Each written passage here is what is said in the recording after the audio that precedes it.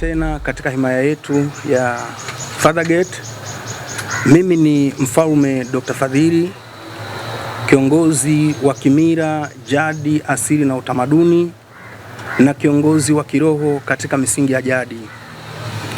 Siku ya leo ni siku ambayo nimependekeza kuweza kuzungumza nanyi waandishi wa habari kutokana na hatua za maisha kadiri yalivyo. Zaidi ya hapo, itoshe tu kueleza wazi kwamba kikubwa ambacho kimenifanya niweze kuwaita hapa katika ofisi zangu Mbezi Beach Africana ni kuendelea kuwahimiza vijana uwajibikaji. Kama nilivyoweza kueleza, mimi ni kiongozi wa kimila, jadi, asili na utamaduni kutoka himaya ya Nyarutambwe, Manyovu, Kigoma, Tanzania.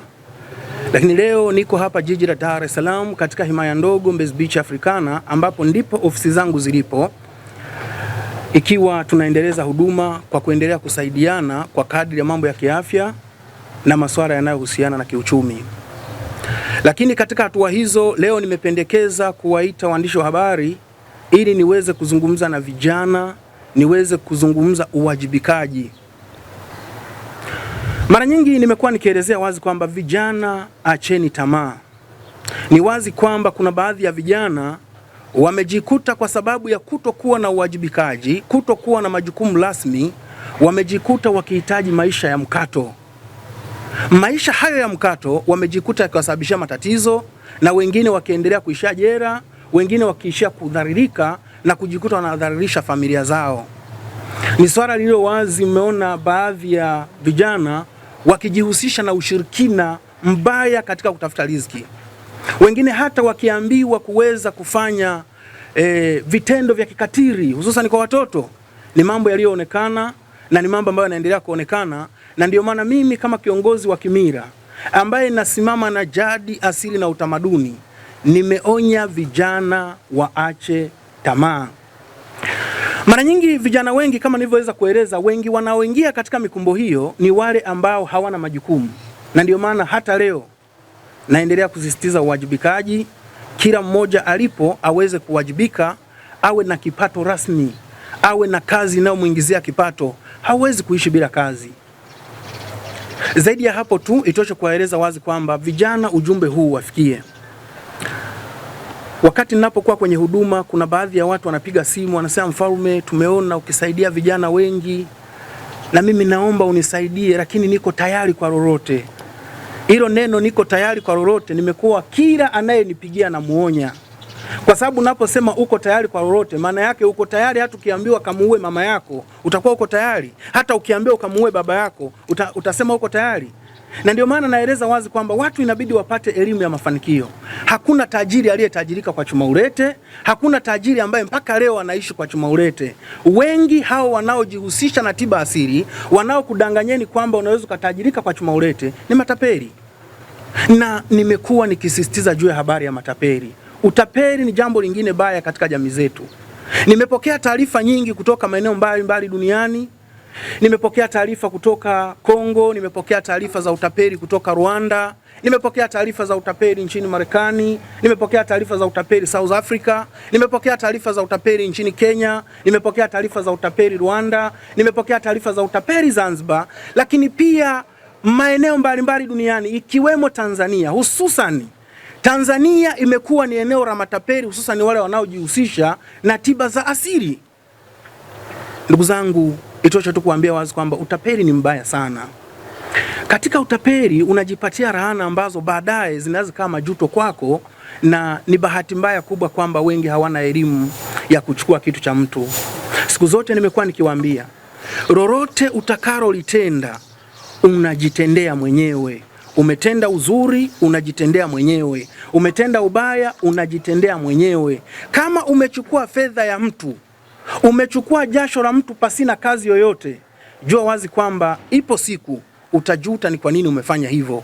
Nikisema hivi baadhi ya watu wanashangaa, na ndio maana hata matapeli wengi wamekuwa wanipendi. Mimi ninapenda kitu cha halali, mimi ninapenda kazi za halali, na ndio maana siku zote nimekuwa nikiwaonya matapeli na nimeeleza, matapeli acheni utapeli. Madhara ya utapeli ni mabaya sana. Wenzangu hapa ni vijana wa kike na wa kiume, wengine mmeoa na wengine wameolewa kwa namna ya wanawake. Ni swala lilo wazi kwamba unaweza kaishi katika ndoa lakini ukawa hauna amani hata ndogo. Kinachopoteza amani ni kitu gani? Ni maadili. Maadili yamefanya nini? Mara zote inapoonekana kwamba kuna changamoto ya maadili kwenye jamii, ndipo utapeli unaweza ukaanzia hapo. Na utapeli unapokuwa unafanyika, kama nilivyoeleza, mimi ni kiongozi wa kiroho katika misingi ya jadi, kuna baadhi ya mambo moja kwa moja yanaleta laana automatiki. Ninaposema laana, mmejikuta mmekutana na watoto wa matapeli, mmewaoa. Mmejikuta wanawake mmekutana na vijana wa matapeli, wamewaoa. Mwisho wa siku maisha yanakuwa ni mtihani, na mwisho wa siku maisha yanakuwa ni vikwazo kila wakati. Sasa mnaweza mkaniuliza, Mfalme, sasa hiyo nayo ina uhusiano gani? Nimeeleza wazi kwamba kila unachokifanya kinarekodiwa kwenye anga hewa. Kila unachokifanya kinarekodiwa kwenye dunia. Kila unachokifanya utakiwajibikia na utakijibia. Ninaposema hivyo nina maana kubwa, na ndio maana wakati mwingine kuna maneno yamekuwa yakitumika kwamba malipo ni hapa hapa.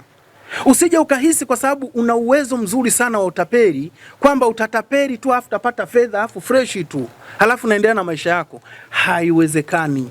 Mungu alituumba tuishi kwa wepesi. Ugumu wa maisha watu wanausababisha wenyewe. Sasa kama unaweza ukajipanga ufungue ofisi halafu utapeli watu, unahisi hapo kuna baraka? Na ndio maana inafika hatua watoto wa matapeli wanaishi na ile baraka ya wazazi. Mkiangalia hata katika vitabu vya maandiko ya kiroho, mtaona wazi kwamba imeandika, nami nitawapa laana kizazi cha 3 na cha ngapi? Sasa hiyo laana inatoka wapi? Laana inatokana na matendo yaliyotendwa. Laana inatokana na matendo yaliyofanyika.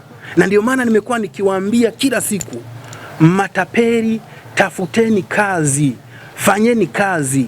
Muda wa toba, muda wa kuweza kuomba ridhaa ya msamaha kwa ya Mungu ili muweze kuendelea na maisha kwa kadiri ya ilivyo upo. Maana sio kwamba ukiwa tapeli ushatapeli ndo basi, hapana. Wapo viongozi wa kimila, wapo viongozi wa kiroho wanaweza kukusimamia na kukusaidia jinsi ya kuondokana na laana ulioipata kwa utapeli uliofanya kwa miaka mingi na maisha mengine yakaendelea. Na usipofanya hivyo, jua wazi kila ulichokifanya hakika kitakurudia. Umefanya uzuri, umejifanyia mwenyewe. Umefanya ubaya, umejifanyia mwenyewe. Na ndio maana nimekuwa nikiendelea kuwashauri kwamba jitahidini mtafute kazi za kufanya. Kama nilivyoweza kueleza vijana kuwajibika, ninaendelea kufurahi kwamba hapa nchini Tanzania kumekuwa na wimbi kubwa pia la vijana ambao wanawajibika, hususan katika mitandao ya kijamii. Waandishi wa habari mtakuwa ni mashuhuda wa jambo hili, lakini ndugu waandishi wa habari, naomba nichukue nafasi hii pia kuwaambia wazi kwamba tumieni vizuri media zenu. Jitahidini sana kuepukana na mambo ya taharuki. Jitahidini sana kuepukana na mambo ya taharuki yasiyokuwa na lazima na yasiyokuwa na umuhimu na msingi katika jamii zetu. Ninapoeleza hivyo, nina maana kubwa. Katika kipindi hiki kumejitokeza wimbi la kuibiwa nyeti. Nadhani mmeona wimbi hilo, na wengine hata wakipigwa wakipoteza maisha. Kama ni masuala ya mila, jadi, asili na utamaduni, mimi ndiye Mfalme Dr. Fadhili. Ninafahamu mila ilivyo, ninafahamu nguvu ya asili ilivyo, ninafahamu utendaji kazi wa nguvu za asili. Jambo hilo lilivyoingia katika jamii halikuingia katika mfumo thabiti. Ninaposema hivyo na maana gani? Mengine yalikuwa ni taharuki za mkumbo. Hakuna aliyeibiwa nyeti. Naomba mnielewe. Hakuna aliyeibiwa nyeti. Ninaeleza hivyo kwa sababu nimepokea taarifa kutoka kwa msemaji wa Jeshi la Polisi nchini Tanzania. Amenithibitishia wazi kwamba wale wote waliosema wazi kwamba wamepoteza nyeti, walipoitwa wakakaguliwa na katika maeneo maalum, walithibitika kuwa na nyeti zao. Sasa hapo ni jambo gani linafanyika? Jueni wazi kwamba wakati mwingine mnaweza mkapeleka taharuki ya utapeli. Ni matapeli wachache waliojiandaa kuweza kutafuta riziki kwa kutumia taharuki za namna hiyo. Na ni bahati mbaya kwamba wengine wanaohusika na tiba za asili wamekuwa na utaratibu wa utapeli wa wazi. Wanaandaa vijana, labda ni vijana 10, labda ni vijana 20, labda ni vijana wangapi, wanawapa hela ndogo tu kwa sababu hawana uwajibikaji, na wenyewe wanarubunika kwa sababu hawana majukumu. Wanawaambia sasa, ninyi mtasema huyu kaibiwa nyeti, halafu mkishasema ameibiwa nyeti, sasa ninyi wakati anapigwa ninyi ndio mtakuwa mstari wa mbele, mnampiga na ninyi, ila msimpige sana. Sasa wakiwazidi nguvu raia hamtawatoka.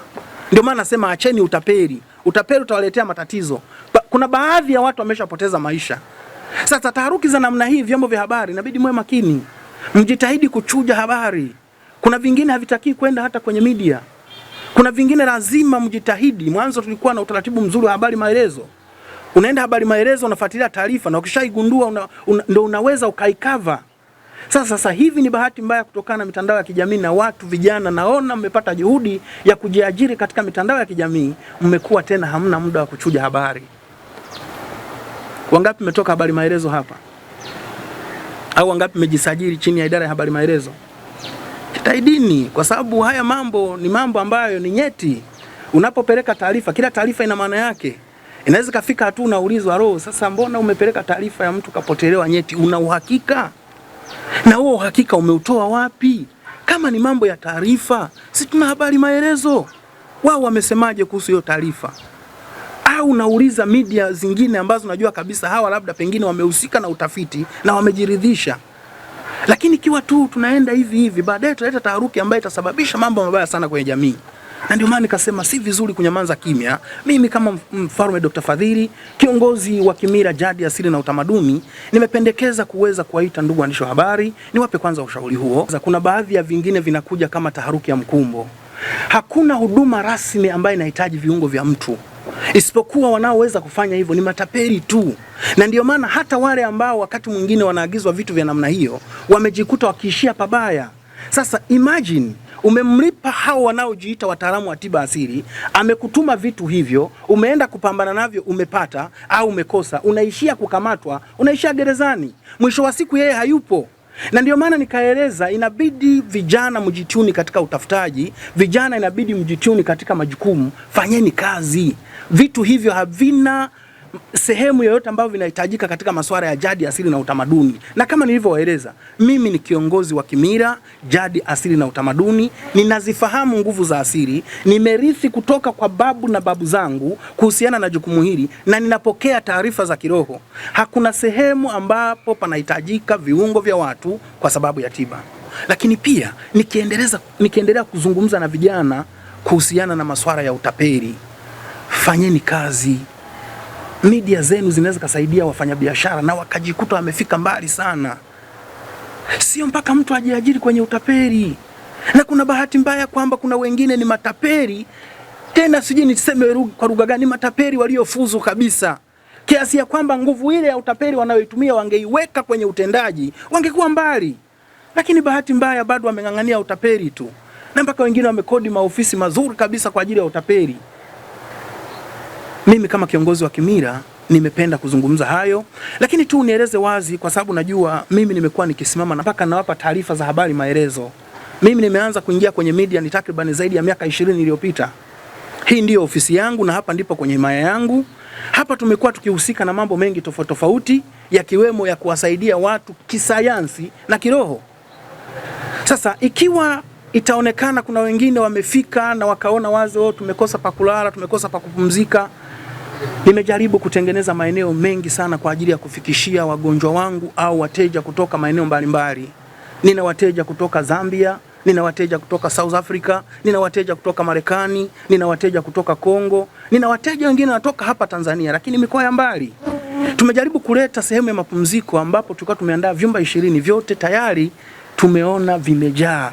Na kujaa kwake si kwamba wanakuja wanaishi, hapana, ni ile tunapokea, wanakuja, wanafikia pale kwa mapumziko kidogo, wanaondoka. Tumeweza kuandalia tena eneo rasmi ambalo pia tutaweza kuwafikishia maeneo hayo. Tumejenga jengo letu ambalo hilo jengo watakuwa wanafikia wahitaji wetu au wateja wetu kutoka maeneo mbalimbali duniani. Kama nilivyoeleza, na wateja kutoka sehemu mbalimbali duniani, nina wateja kutoka Amerika, na wateja kutoka Canada, nina wateja kutoka Kongo, na wanapokuja wakati mwingine hawana ndugu na wengine pia wakiwa hawana fedha kabisa. Sasa katika maeneo hayo tumejiandaa kujenga jengo lingine hapa ndani ya compound ambalo itakuwa na uwezo wa kuaccommodate watu 40. Kama nilivyoeleza mwanzo tulikuwa tumeaccommodate watu 20 ambao wanaingia na kutoka, lakini sehemu hiyo imezidiwa. Kwa tumeamua kuandaa jengo la ziada ambalo mpaka hapa ninapozungumza liko hatua ya 70%, bado 30% peke yake. na ni wazi kwamba mwisho wa mwezi huu nimeweza kuzungumza na injinia, atakuwa tayari ametukabidhi jengo hilo kwa ajili ya wagonjwa kuweza kufikia katika hilo jengo, lakini wakati huo huo tutaweza kulifanyia uzinduzi mwezi wa 5 ambapo ni Mei Mosi kwa namna ya sikukuu za wafanyakazi hapa nchini Tanzania. Kwa hiyo nadhani tutaendelea kupeana taarifa na tutawapatia update kwa kitakachoendelea.